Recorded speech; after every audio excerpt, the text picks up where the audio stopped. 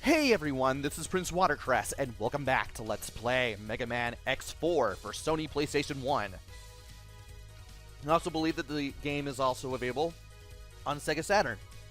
Anyway, first video, we saw cutscenes. We played the intro stage. We saw more cutscenes.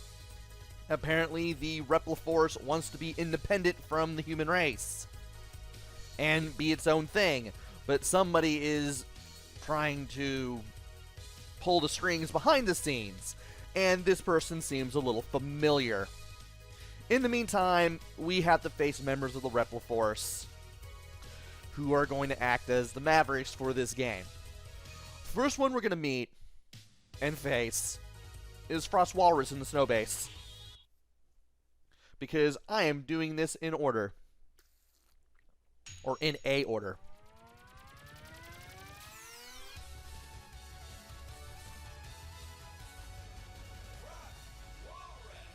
He protects the secret weapon which lies inside the snow base, which is where we're going to be going for this part. And right there in the background is Blizzard Buffalo from Mega Man X3. So that's what happened to him, following what happened with Dr. Doppler. If you go up here, one, you'll find some weapons pickups and health pickups for your sub-tapes and weapon tanks. Yes, you will have sub-tanks and a weapon tank, but if you know how to get up here, if you have what is necessary to get up here, you can get an extra life. All you have to do is complete the stage once. Well, you can complete the stage once, really. Go up here with everything that you need. Once you have like 2 sub-tanks and the weapon tank, because that's all you get in this game. And the ability to dash up there. And you can just fill up on health and weapon energy and extra lives. I use that a lot when I play this game for the first time, and I see myself using that again. So this area, we have snowmen that will leap at us, these little robots that will throw snowballs at us, and these platforms made out of snow that pretty much phase in and out of existence. Also up there is a heart tape, but we cannot get that yet. We're going to need something that can break that to get up there, I think. These platforms in particular, you do... Ow. Yeah, I forgot you can do that. You do not want to be where these platforms are when they spawn, when they phase in. Because if you do, if you are, you will be insta-killed. It will be it will be one of those little... It's basically one of those ways to die where you get crushed to death in Mega Man games.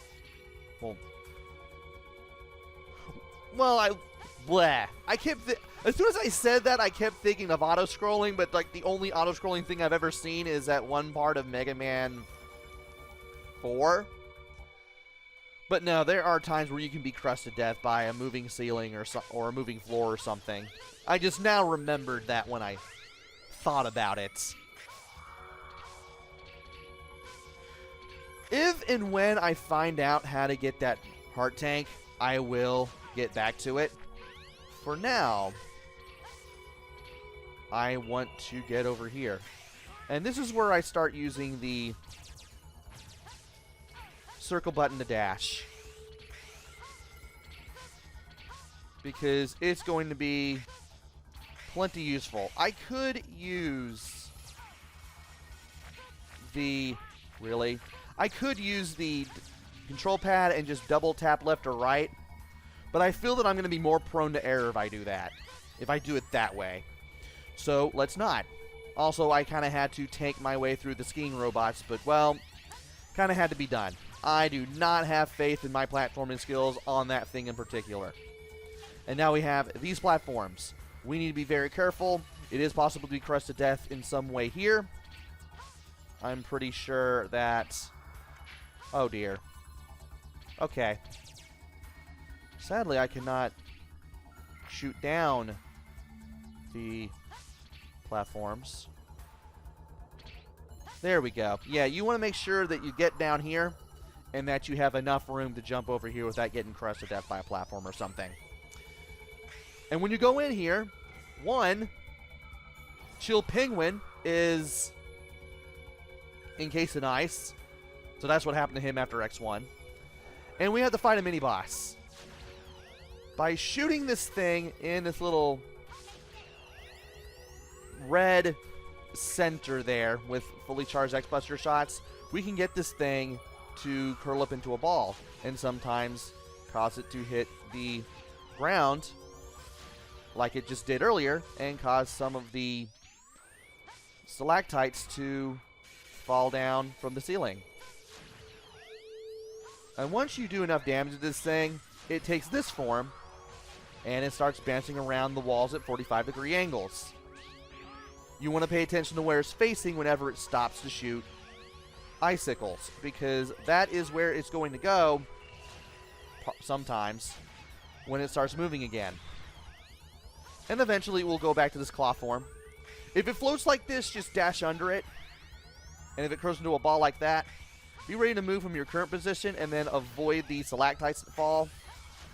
And sometimes it will rush at the wall too.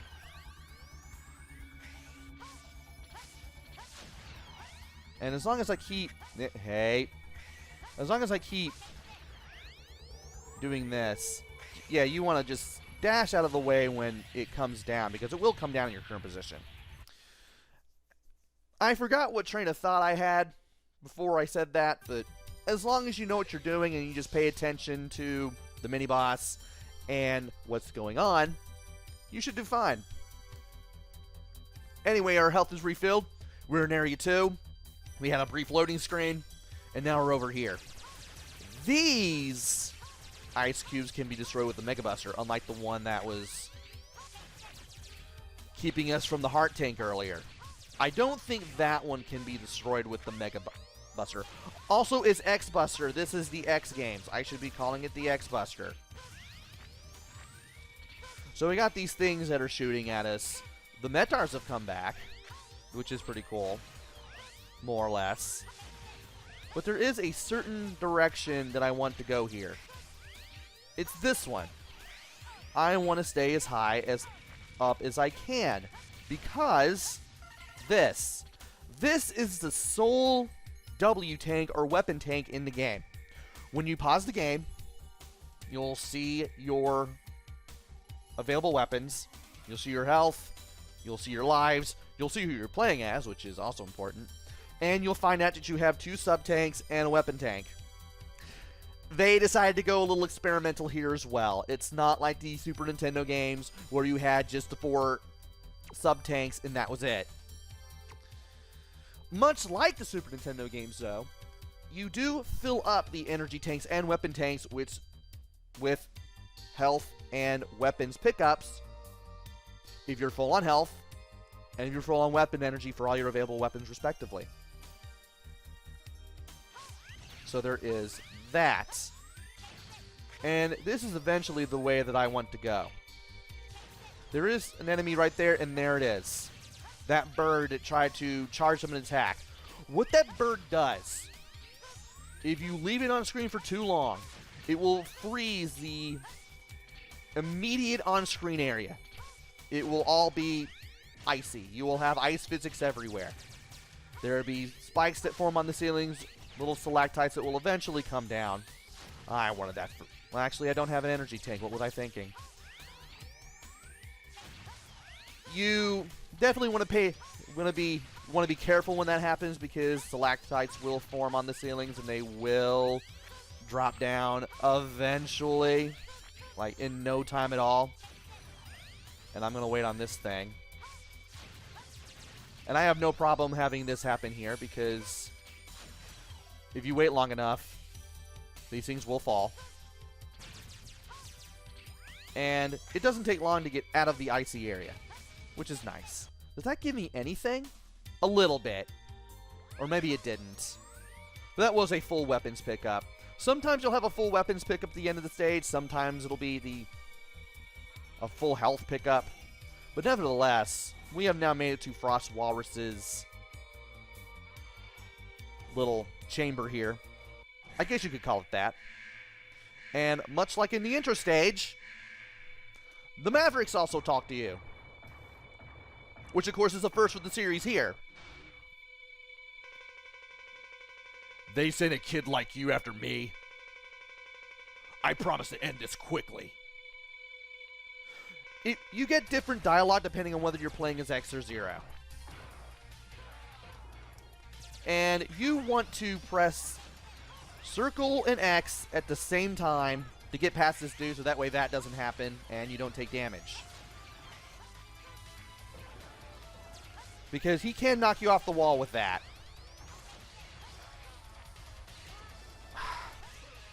And that can be kind of hard to do.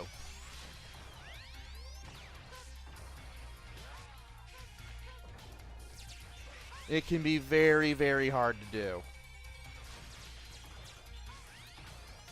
And you want to watch out and pay attention to the ceiling when he shoots those stalactites or those spikes up into the air. Thankfully, I was firing mostly charge shots, so I was able to kind of beat him down a little bit. But yeah, that was not exactly the best Frost Walrus clear. And of course, if you're at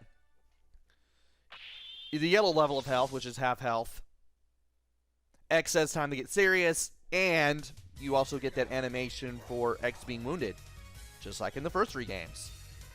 And I accidentally spoke over the announcer there. We got Frost Tower. Frost Tower generates a huge ice block that acts as a shield. May also be used to trap enemies before dissipating. And we will be using that against the next Maverick that we face, which will be Jet Stingray. I'm going to go ahead and save my game because I can. Because I want to save that weapon tank. And that progress that we just made. And we're not returning to the title. We're going back to the stage select screen. We're facing Jet Stingray, which is in the lower left-hand corner. Yep. Marine Base. Let's go. Now, this stage is a gimmick stage. I'll explain shortly. He destroyed the city and escaped to the sea.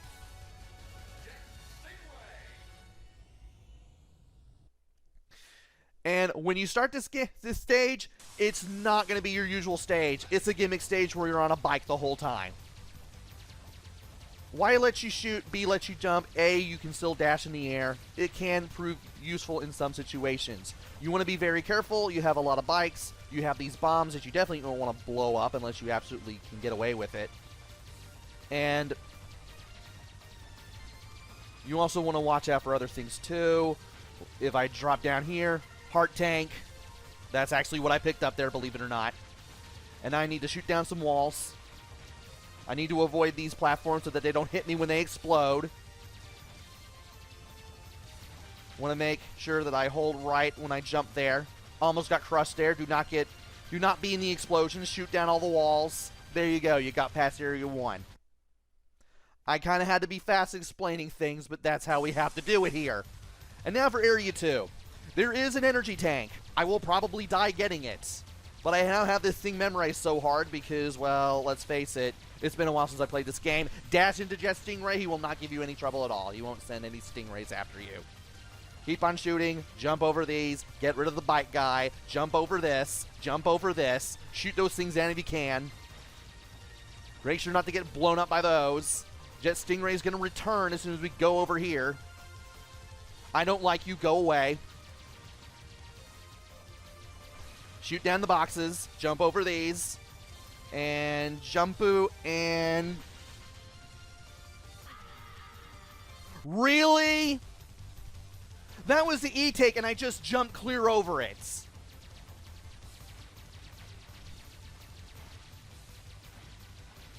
I'm not going to have to do this again. This isn't fun. This is the hard part. The boss, Jet Stingray, is easy if you know what to do. This part is obviously harder.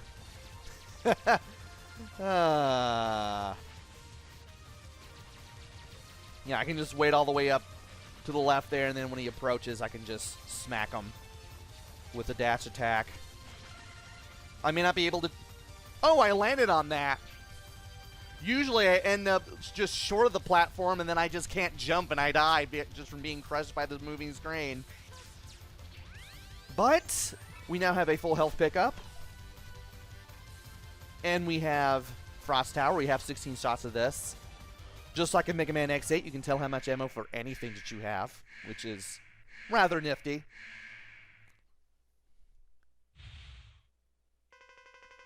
I'm impressed that you found me. But your search is over. Get ready, X.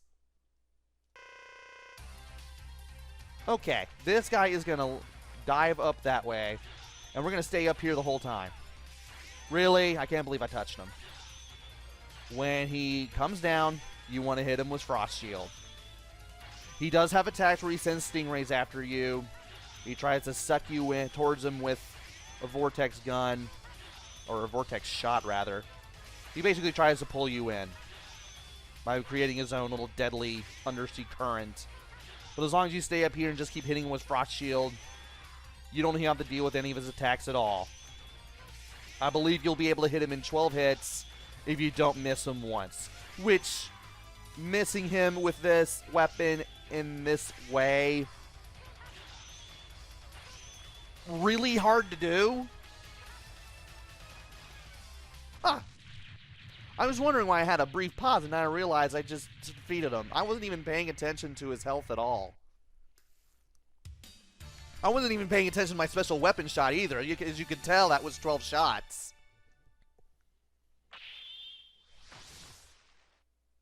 Nice how you hear X going out of the water there. That was nifty.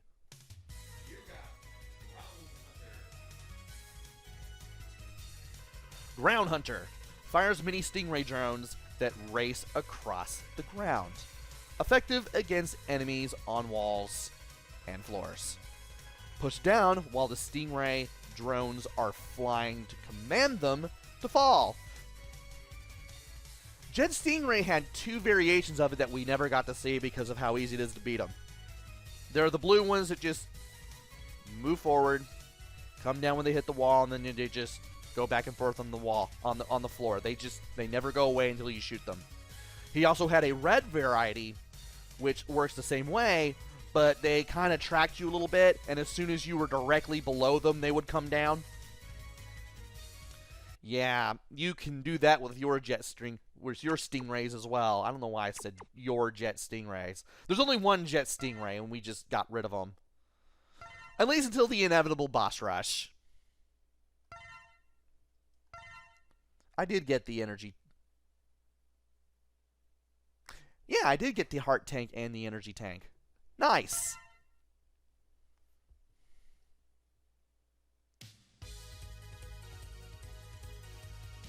Huh. That is 2 Mavericks down, 6 more to go. Jet Stingray, Jet Stingray. Ooh, I forgot who I need to face off the top of my head, but I'm pretty sure we'll have it figured out by next video. Join me next time where we take on 2 more Mavericks. Until then, this is PrinceWatercress. Take care, stay safe, and thanks for watching!